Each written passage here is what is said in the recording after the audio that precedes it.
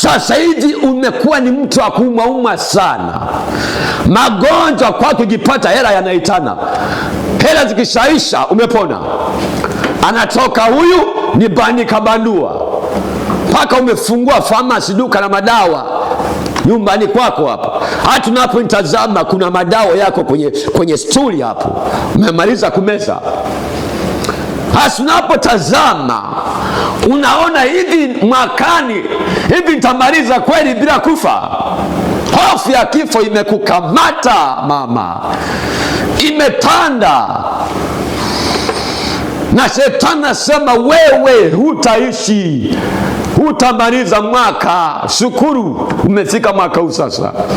Unasikia kuna sauti zinaimba ndani yako kwamba utakufa, hutapona. Inawezekana hofu ya kusalitiwa kwenye ndoa, maana unapoanza kuangalia nyendo za mume wako, kama humwamini, ameanza kubadilika. Sinajua mwanaume, ukitaka mwanaume aliyekupenda toka moyoni mwako, unaangalia panapoanza kupata hela nyingi sana, anapata hela nyingi, dili nyingi za fedha, ndio itakuja kuonyesha uhalisia wako. Alikupenda kweli alipokuambia nakupenda siku ile, wakati anakusemesha kwa mara ya kwanza, na ule upendo ambao mko napendana wakati hamna kitu.